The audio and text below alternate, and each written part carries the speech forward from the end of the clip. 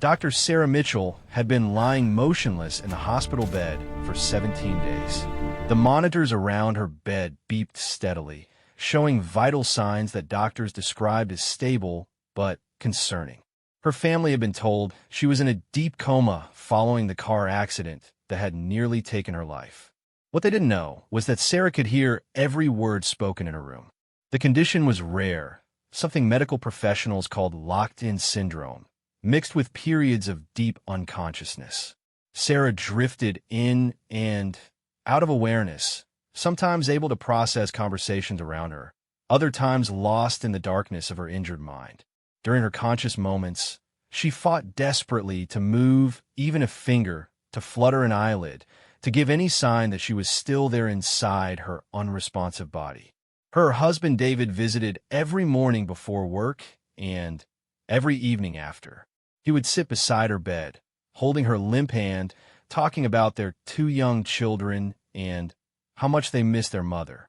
Sarah's heart broke each time she heard the exhaustion in his voice, the way he tried to sound hopeful when she could tell he was losing faith. "The doctors say your brain activity is improving," David whispered during one of his evening visits. "Emma drew you another picture today. She insists you're going to wake up soon and see it. She's only 7, but she's so sure about it." Sarah wanted to scream that she could hear him, that she loved him and the children more than anything, but her body remained a prison. She concentrated with every ounce of energy she had, tried to squeeze his hand or move her eyes. Nothing happened. The nursing staff changed shifts around her, discussing her case in hushed tones. Some were optimistic, others less so. Sarah learned that her injuries were more severe than her family had been told. Internal bleeding had been stopped, broken bones were healing, but the damage to her brain remained a mystery. Swelling had gone down, yet she remained unresponsive. Dr. Williams, her neurologist, visited twice daily.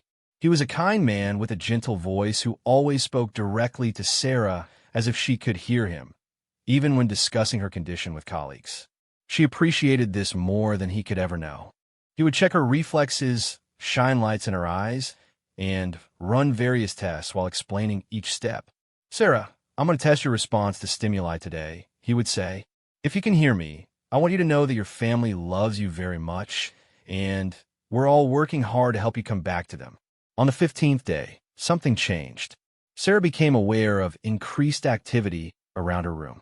More doctors were consulted, more tests were ordered. She heard David speaking with Dr. Williams in the hallway outside her door, their voices carrying an urgency that hadn't been there before. "We're seeing some unusual patterns in her brain scans," Dr. Williams explained. "It's possible she may have more awareness than we initially thought.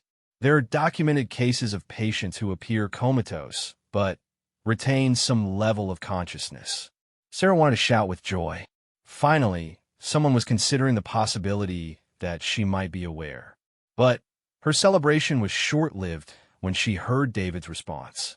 So she might be trapped in there, knowing what's happening, but unable to respond? That sounds like torture.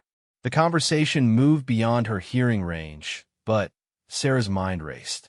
They were beginning to understand her situation, but what would that mean for her treatment? For her family? The uncertainty was agonizing. Later that evening, a new voice entered her room. Sarah didn't recognize the man who spoke to David in low, measured tones. His voice carried an authority and confidence that was different from the medical staff.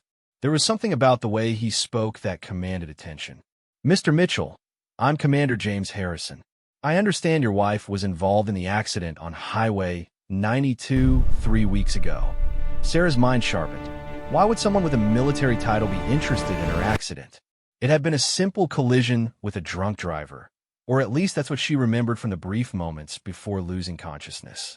"Yes, that's right," David replied, his voice confused. "I'm sorry, but why is the military involved?" "Sarah's just a pediatric surgeon. This was just a random accident." Commander Harrison's pause was telling. "Mr. Mitchell, I need to ask you some questions about the events leading up to your wife's accident. It may not have been as random as it appeared." Sarah's heart rate monitor began beeping faster. though she wasn't sure if anyone would notice the change or attribute it to her emotional state rather than a random fluctuation. What do you mean? David's voice was strained. Are you saying someone deliberately hit her?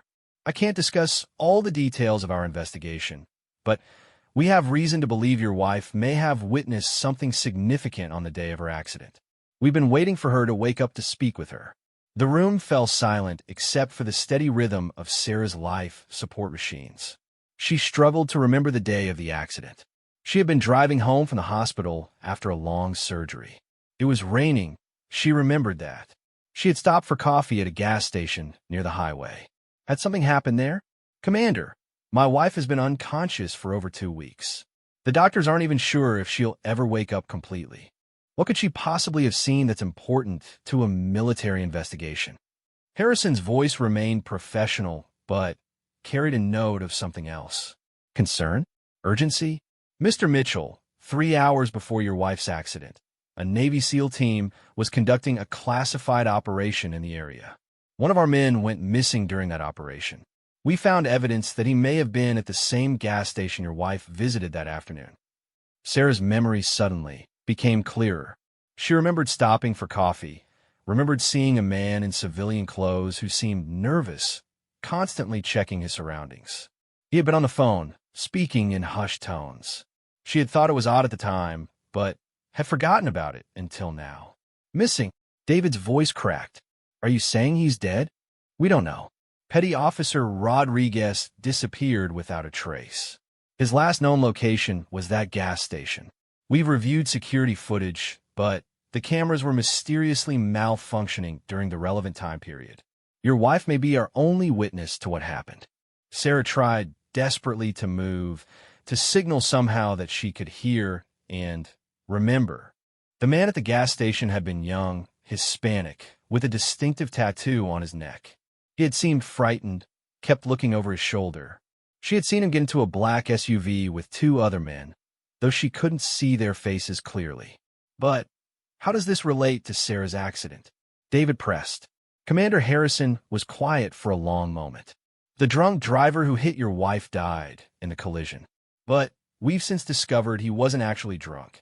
Toxicology showed he had been drugged. Someone wanted him to crash, and we believe your wife was the intended target. The heart monitor's beeping became more irregular. Sarah felt panic rising in her chest. Someone had tried to kill her because of what she had witnessed. Her children, her husband, were they in danger too? This is insane, David whispered. You're telling me someone tried to murder my wife because she might have seen something at a gas station? What she may have witnessed could compromise an ongoing operation and put lives at risk. People have been killed for less. We have reason to believe the individuals involved in Petty Officer Rodriguez's disappearance are still active in the area. Sarah heard David slump into the chair beside her bed. His breathing was ragged, and she could sense his fear and confusion. She wanted nothing more than to comfort him, to tell him she was going to be okay, but her body remained stubbornly unresponsive. What happens now? David asked finally. We wait. When your wife wakes up, we need to speak with her immediately. What she remembers could help us find Rodriguez and stop whoever is responsible for this. Harrison paused. In the meantime, we're arranging protection for your family. If they're willing to target your wife, your children might be at risk too. The conversation continued, but Sarah's attention was focused inward. She concentrated harder than she ever had before, willing herself to move, to wake up, to help find the missing soldier and protect her family. The beeping of her heart monitor grew more erratic, causing David to call for a nurse.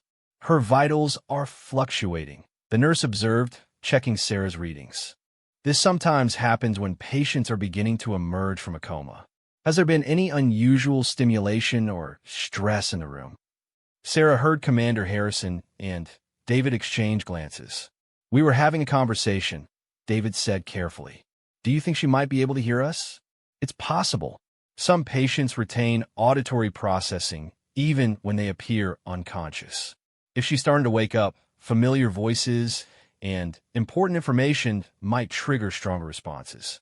After the nurse left, Commander Harrison spoke directly towards Sarah's bed. Mrs. Mitchell, if you can hear me, I want you to know that you're safe now. We have security posted outside your room. When you're ready to wake up, we'll need your help to find our missing man and keep your family safe. Sarah focused every bit of her energy on her right index finger, the one David always held. She visualized the movement, commanded her nerves to fire, her muscles to contract. For a moment, nothing happened. Then, barely perceptible even to herself, she felt the slightest twitch. David gasped. "Did you see that?" Her finger moved. Commander Harrison leaned closer. "Mrs. Mitchell, if you moved your finger on purpose, try to do it again." Sarah concentrated with every fiber of her being. This time, the movement was stronger, unmistakable. "She's trying to communicate," David said, his voice filled with hope and terror. "Sarah, can you hear us?" One twitch for yes, Sarah decided. She managed another small movement of her finger. Commander Harrison's voice became urgent. "Mrs. Mitchell, this is incredibly important. Do you remember being at the gas station on Highway 92 on the day of your accident?" Sarah twitched her finger once. "Did you see a young Hispanic man there, possibly acting nervous or suspicious?" Again, one twitch. David's grip on her hand tightened. "Oh my God, Sarah, you've been aware this whole time?" Sarah managed what felt like a larger movement, hoping to convey the complexity of her situation. She hadn't been conscious the entire time, but she had heard enough. "We need Dr. Williams here immediately," Commander Harrison said. "If she's been conscious and aware of our conversation, she knows her family is in danger. We need to accelerate our timeline." As if summoned by their urgency, Dr. Williams entered the room with two other specialists.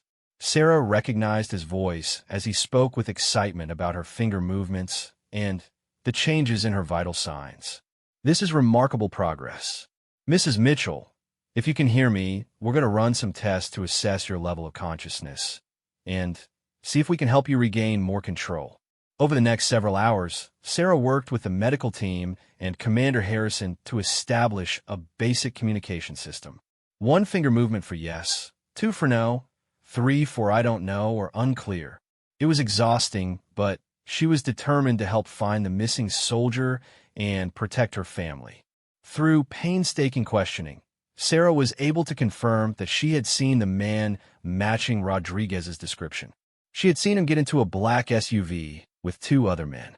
Most importantly, she had managed to see part of the license plate before her attention was drawn elsewhere. Commander Harrison worked with David to help Sarah spell out what she remembered of the license plate using a system where David would recite the alphabet and Sarah would indicate when he reached the correct letter.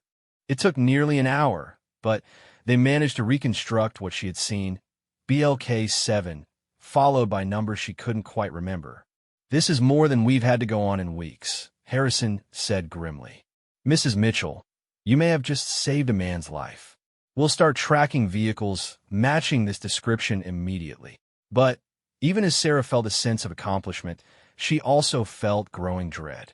If she could identify the vehicle, she could identify the people involved. That made her even more dangerous to whoever had taken Rodriguez. Her family wasn't safe as long as she remained a threat to their operation. As if reading her thoughts, Commander Harrison addressed her concerns. "We're moving your family to a secure location tonight. Your children think it's a fun adventure. We've told them Daddy's work is sending you all on a surprise vacation while Mommy recovers." Sarah felt a mixture of relief and guilt. Her children were being uprooted from their lives because of something she had witnessed by pure chance. She redoubled her efforts to regain control of her body, knowing that the sooner she could fully wake up and provide a complete statement, the sooner her family would be safe. Dr. Williams was amazed by her progress. "I've never seen anyone fight their way out of this condition with such determination. Your brain activity is increasing by the hour. I believe you'll regain full consciousness soon, possibly within the next day or two." That night, after David had been convinced to go home and pack for their temporary relocation, Sarah lay alone with her thoughts. The guard outside her door was a comfort, but she knew that determined criminals had ways of getting past security. She had to wake up completely. She had to help find Rodriguez. and she had to do it before whoever was after her decided that eliminating her was worth the risk. As the hours passed, Sarah felt herself growing stronger. She could feel sensation returning to more of her body, could sense when nurses entered the room even before they spoke. The fog that had clouded her mind was lifting, and with it came a fierce determination. She was a surgeon, trained to work under pressure and save lives. Now, she had to save her own life and that of a missing soldier she had never met but felt connected to through this terrifying experience. By dawn, Sarah knew that everything was about to change. She could feel consciousness returning like a tide, and with it would come answers that could save Rodriguez and a threat to her family.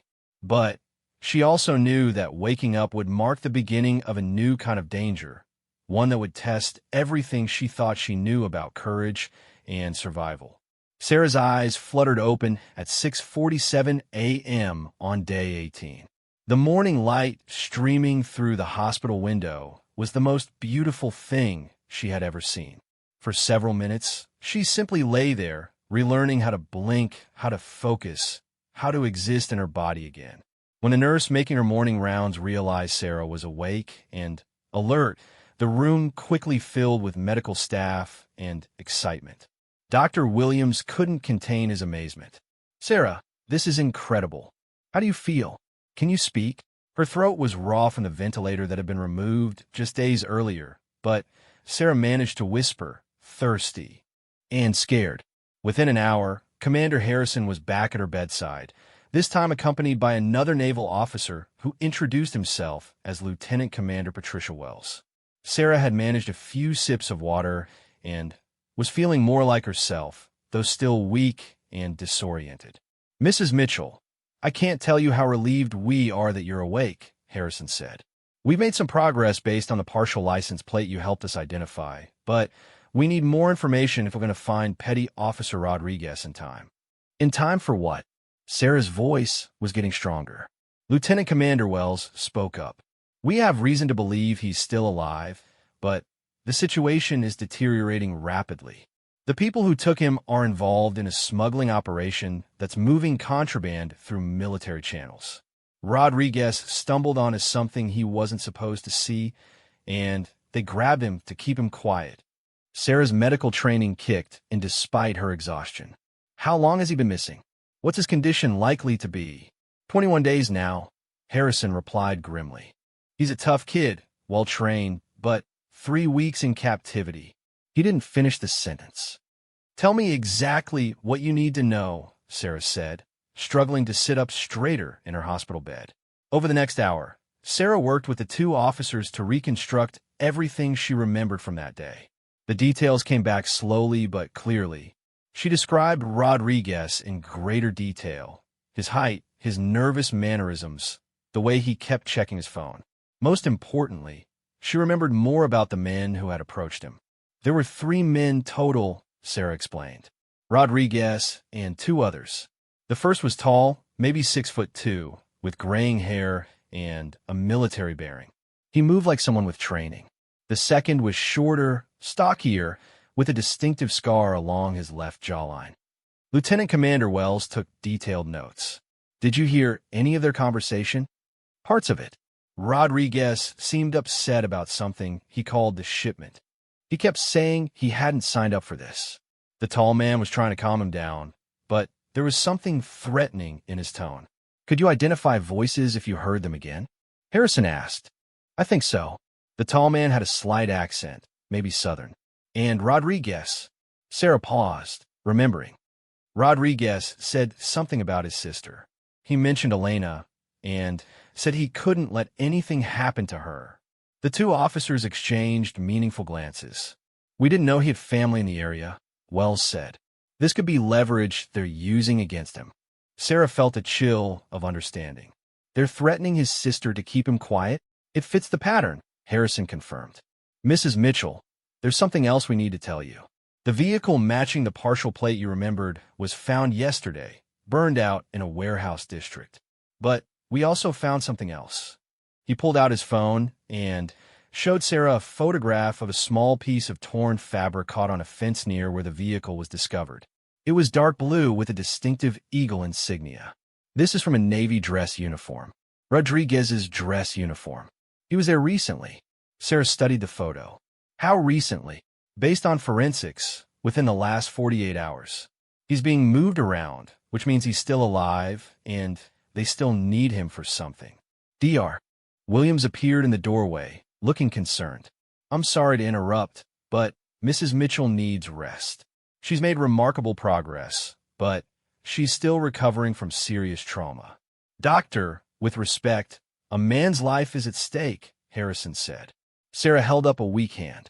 I'm okay. What else do you need from me? We're planning a rescue operation, Wells explained.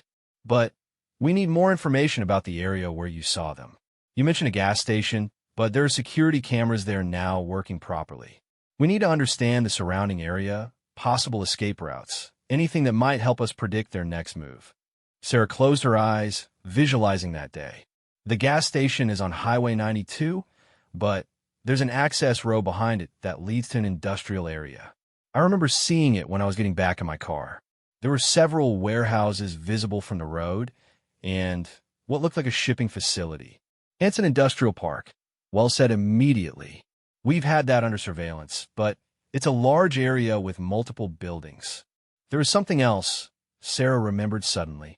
When the black SUV left the gas station, it didn't head back toward the highway. It went toward those warehouses, and there was a second vehicle following it, a white pickup truck. Harrison's phone buzzed with an urgent message. He read it quickly, his expression becoming grim. We just intercepted communications suggesting they're planning to move Rodriguez tonight. If we're going to act, it has to be soon. Sarah felt the weight of responsibility settling on her shoulders. What can I do to help? You've already done more than enough, Wells said kindly. The information you've provided has given us our best leads yet. But Sarah wasn't satisfied with that. I want to help more. I'm a surgeon. I understand anatomy, trauma care. If Rodriguez is injured when you find him, you might need medical support immediately. Dr. Williams stepped forward. Absolutely not. Sarah, you just woke up from a coma. You're in no condition to participate in any kind of rescue operation. I'm not talking about going in with the tactical team, Sarah clarified. But I could be part of the medical support team, standing by in case immediate surgical intervention is needed. How far is the nearest trauma center to those warehouses? Harrison considered this. 45 minutes by ambulance in normal conditions. That might be too long if he's seriously injured. Internal bleeding, pneumothorax, traumatic brain injury. Time is critical with trauma patients. Wells looked at Harrison. She has a point. If Rodriguez has been tortured or is in critical condition, having a trauma surgeon on standby could save his life. Dr. Williams remained adamant. I cannot approve this. Sarah is my patient, and she needs continued care and monitoring. Sarah looked at her doctor with appreciation, but determination. Dr. Williams, 3 weeks ago, I took an oath to do no harm and to preserve life.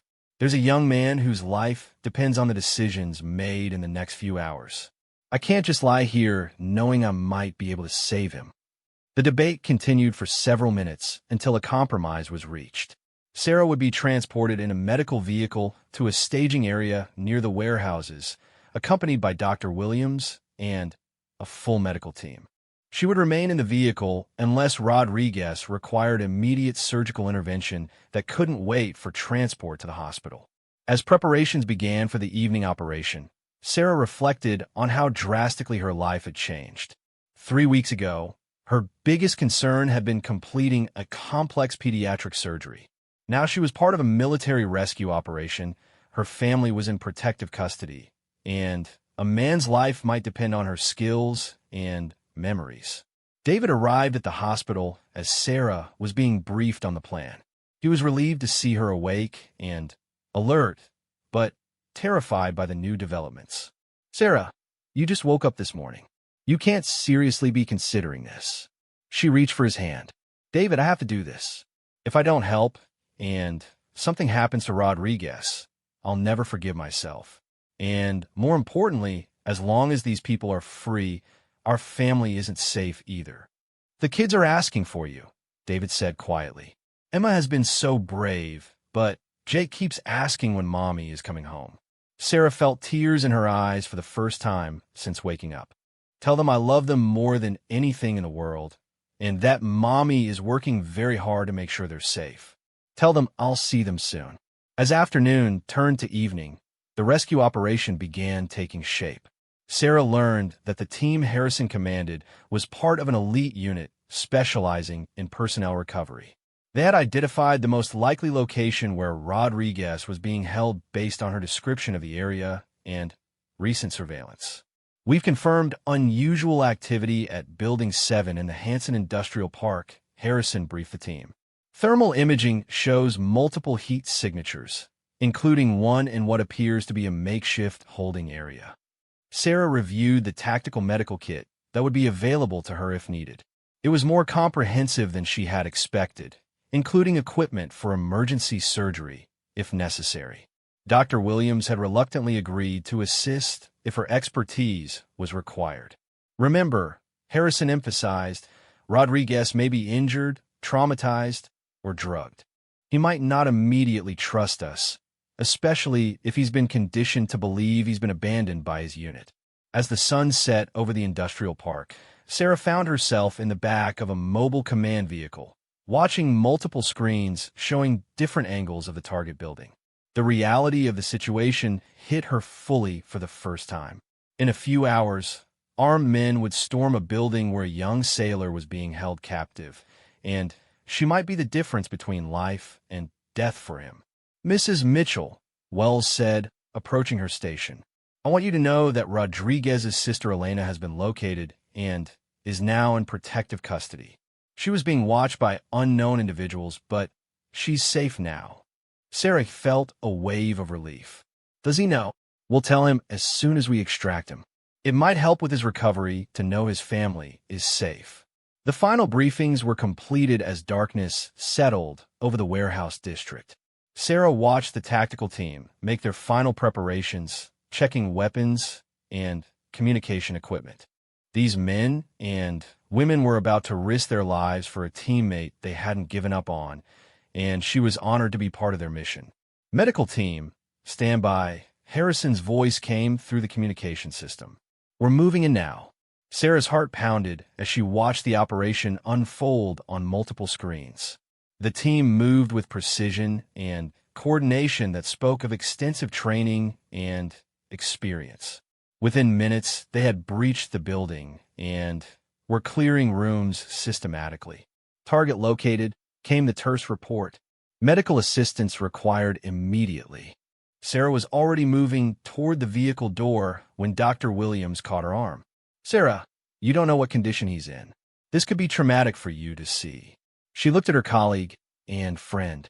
Every surgery I've ever performed has been traumatic to see, but that's never stopped me from saving lives. As they approached the building, Sarah could see the tactical team emerging with Rodriguez supported between two soldiers. Even in the dim lighting, she could see he was conscious but seriously injured. Her medical training kicked in immediately. Get him to the vehicle now, she called out. I need to assess his condition before we move him any further. The next 30 minutes would test every skill Sarah had developed in her medical career, but as she looked at the young sailor's face and saw the relief in his eyes when he realized he was being rescued, she knew that everything she had endured over the past 3 weeks had led to this moment. Rodriguez was alive, and now it was up to her to make sure he stayed that way. Rodriguez was in worse condition than Sarah had hoped, but better than she had feared. As the medical team worked on him in a mobile unit, she assessed his injuries with the methodical precision that had made her one of the top pediatric surgeons in the region. Multiple contusions, evidence of prolonged restraint, dehydration, and what appeared to be a poorly treated knife wound to his left shoulder that was showing signs of infection. Rodriguez, can you hear me? I'm Dr. Mitchell. You're safe now. Your sister Elena is safe too, Sarah said as she worked to stabilize him. His eyes, which had been clouded with pain and confusion, suddenly focused on her face. Elena? They said they would hurt her if I talked. She's in protective custody. The threat to her is over, Sarah assured him while cleaning and examining his shoulder wound. I need to ask you some questions while I work, okay? It's important for your safety and ours. Rodriguez nodded weakly. Dr. Williams assisted Sarah as she prepared to debride the infected wound, something that couldn't wait for the trip to the hospital. How many people were holding you? Sarah asked, working to keep him conscious and engaged. Started with 3. The tall guy with gray hair, he was military for sure, called himself Morrison. Then there was Vasquez, the one with the scar, and a third man, younger, nervous. He didn't want to be there. Sarah continued working while listening carefully. What are they trying to get from you? Access codes to the Naval Supply Center. I work in logistics, handle shipments of medical supplies and equipment. They wanted me to help them redirect certain shipments, make them disappear from the records. Commander Harrison's voice came through Sarah's earpiece. Ask him about the scope of the operation. How much material were they trying to steal? Rodriguez, how much are they planning to steal? Was this a one-time thing? No, ma'am. This was big. They talked about moving millions of dollars worth of equipment over several months. Medical supplies, communication gear, even weapons. Morrison said they had buyers lined up internationally. Sarah finished treating his shoulder wound and moved on to checking for other injuries. Did you give them the access codes? Rodriguez's face crumpled with shame. I held out for 2 weeks. But then they showed me pictures of Elena leaving work of her apartment. They knew her schedule, where she got her coffee every morning. I gave them 1 code for small shipment. I was hoping it would buy time until someone found me. You did what you had to do to protect your sister, Sarah said firmly. That takes courage, not cowardice. As they prepared to transport Rodriguez to the hospital, Harrison approached the medical vehicle. Mrs. Mitchell, we have a problem. The 3 men Rodriguez described aren't the only ones involved in this operation. We found evidence in the warehouse of a much larger network, and they know Rodriguez has been rescued. Sarah felt her stomach drop. What does that mean for my family? It means the danger isn't over. These people have lost a significant asset in Rodriguez, and they know you can identify at least some of them. They're going to be desperate. Dr. Williams had been listening to the conversation while monitoring Rodriguez's vital signs. Sarah, you've done your part. You saved this young man's life. Now let law enforcement handle the rest.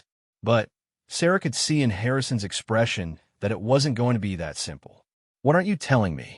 Harrison hesitated, then made a decision to be completely honest. The corruption goes higher than we initially thought. Someone with significant access has been feeding information to this smuggling ring. Someone who knew about Rodriguez's assignment, someone who knew when and where he would be vulnerable. Someone inside the Navy? Sarah asked, though she already suspected the answer. Possibly someone very high up in the command structure, which means we can't trust normal channels to keep you and your family safe. The implications of this hit Sarah like a physical blow. If there was a mole high up in the military hierarchy, then the protection that had been arranged for David and her children might not be sufficient. Worse, the people providing that protection might not be trustworthy. I need to call my husband, Sarah said, reaching for her phone. Your family has been moved to a new secure location. Wells interjected. Communications are being monitored for their safety. Monitored by whom? Sarah demanded. If you can't trust your own people, how do I know my family is actually safe? The question hung in the air as they arrived at the hospital. Rodriguez was rushed into emergency surgery to fully repair the damage to his shoulder and treat the systemic infection that was setting in. Sarah wanted to participate in the surgery, but Dr. Williams firmly overruled her. You've been awake for less than 24 hours after a major brain injury. You've already pushed yourself far beyond what's medically advisable. You're going back to your room to rest. But Sarah couldn't rest. As she lay in her hospital bed, her mind raced with worry about David and the children. Were they really safe, or were they being held by the very people who wanted to silence her? The uncertainty was torture. Around midnight, her phone rang. It was David, and the relief in hearing his voice was overwhelming. Sarah, thank God. Are you okay? We heard there was some kind of operation tonight. I'm okay. Are you and the kids safe? Where are you? We're fine. We're at some kind of government facility about 3 hours from the city. Emma thinks we're his secret spy headquarters, and Jake is convinced he's going to meet real superheroes. They're handling this better than I am. Sarah could hear the strain in David's voice despite his attempt to sound normal. David, there may be people involved in this who can't be trusted. People in positions of authority. I need you to be careful about who you trust, even among the people protecting you. There was a long pause. Sarah, you're scaring me. What aren't you telling me? Before Sarah could respond, Commander Harrison appeared in her doorway. He gestured toward her phone with a concerned expression. David, I have to go. I love you. Kiss the kids for me, and tell the mommy we'll see them very soon. After she hung up, Harrison sat down in the chair beside her bed. Mrs. Mitchell, we've had a breakthrough. Rodriguez provided us with enough information to identify the shipping routes being used by the smuggling ring. We're coordinating with federal agencies to intercept the next planned theft. What about the mole in your organization? We're using that to our advantage. We're feeding false information through different channels and seeing where it leads. Within the next 48 hours, we should know who's been compromising our operations. Sarah studied Harrison's face. And until then, what happens to my family? They remain in protective custody. But I'm personally overseeing their security now, using only people I've worked with for years and trust completely. Over the next 2 days, Sarah's strength returned rapidly. Dr. Williams was amazed by her recovery, attributing it to her fierce determination and excellent physical condition prior to the accident. But Sarah knew the real driving force was her need to be reunited with her family and to see this nightmare brought to an end. On the second day, Harrison returned with news. We found our mole, Captain Richard Morrison, the same man Rodriguez described as the leader of the group holding him. Sarah felt a chill of recognition. Morrison was the tall man with gray hair that I saw at the gas station. Yes, he's been using his position in naval intelligence to identify valuable shipments and coordinate their theft. He's been under investigation for corruption for months, but we didn't realize the scope of his operation until now. Has he been arrested? As of this morning, yes, along with 14 other individuals involved in the smuggling ring. The network has been completely dismantled. Sarah felt a weight lifting from her shoulders that she hadn't even realized was there. So it's over? My family is safe. It's over, Harrison confirmed. Your family is being brought back this afternoon. And, Mrs. Mitchell, I want you to know that Rodriguez is going to make a full recovery. The doctors say if you hadn't treated his infection when you did, he might not have survived the night.